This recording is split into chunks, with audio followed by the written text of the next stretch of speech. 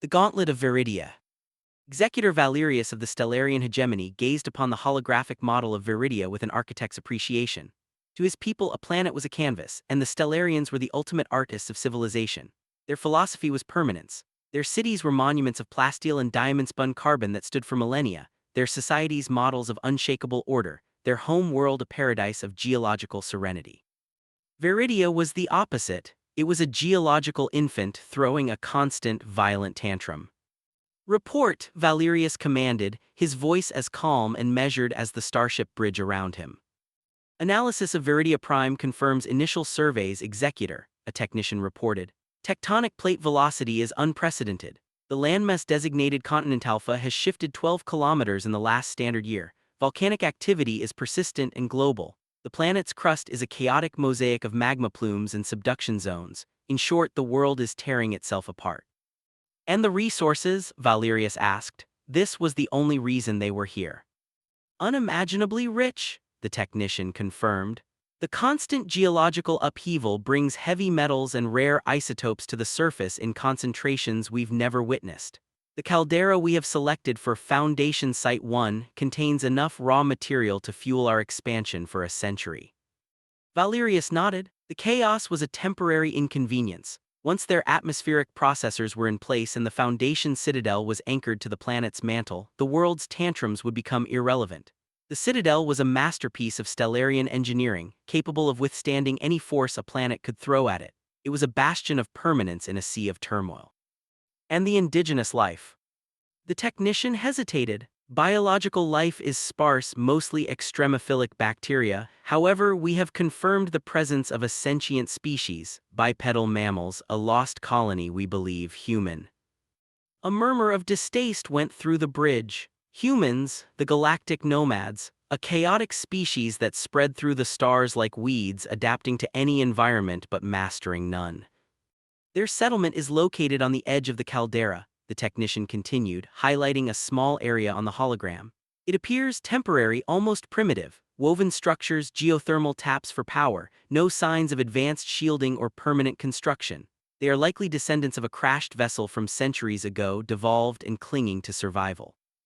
"They are an irrelevance," Valerius declared.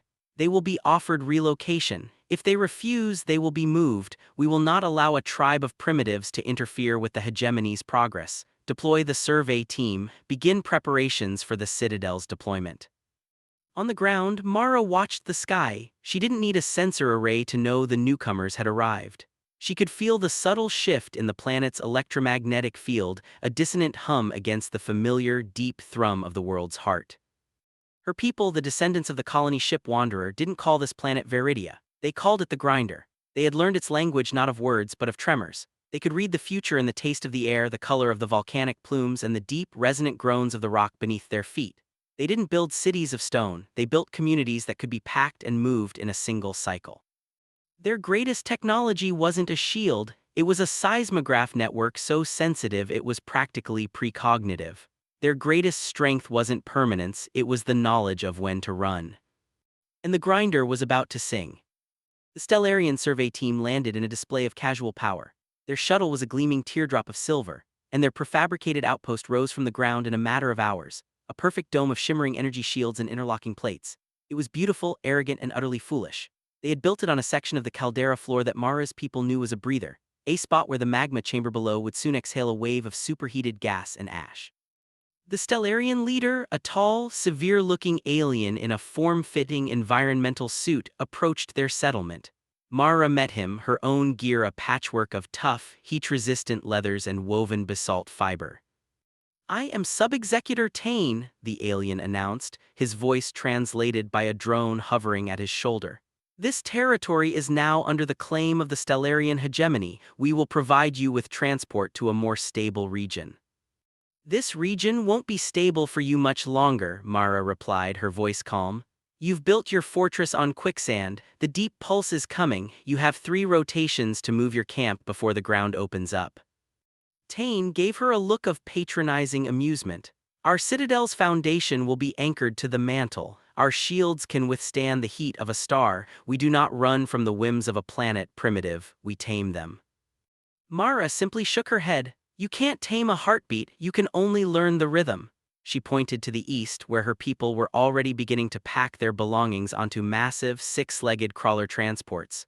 We are leaving, you are welcome to join us, this is the only warning you will receive. Tane dismissed her with a wave of his hand and returned to his perfect, shielded dome. 2 rotations later, the pulse began. It started not as a violent quake but as a low, pervasive vibration that made the teeth ache. The Stellarian sensors went wild, their delicate instruments overwhelmed by the sheer scale of the energy release. Then the ground buckled. A fissure miles long split the caldera floor. It wasn't an earthquake, it was a planetary realignment.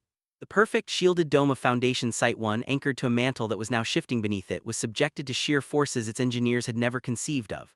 Metal shrieked, energy shields flickered and died, and the citadel, their monument to permanence, was torn apart like a child's toy. From a ridge miles away, Mara and her people watched the destruction. They felt no triumph, only a somber pity. They had offered their help, they had shared their knowledge, it had been dismissed as primitive superstition.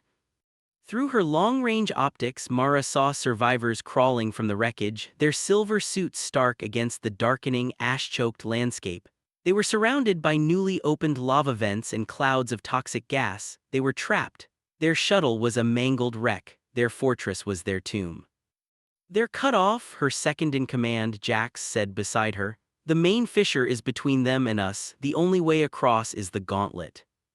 The Gauntlet was a narrow, treacherous land bridge of obsidian rock that arched over a newly formed river of lava. It was a temporary feature, a scar from the last deep pulse, and it was notoriously unstable. To cross it during a pulse was considered suicide. "Get the climbing gear," Mara said, her decision made, "and the breathers, all of them." Jack stared at her. "We can't, it's too dangerous. They're not our people, they wanted to drive us from our homes." "And now they're going to die in ours," Mara countered, her gaze fixed on the desperate figures below.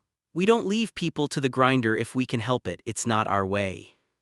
She looked at her people, their faces illuminated by the angry red glow of the planet. They were the children of the Wanderer, the masters of chaos. The Stellarians had come to tame their world. Now, the only thing that could save them was the compassion of the primitives they had so arrogantly dismissed. "Let's go show them the rhythm," Mara said, pulling on her helmet.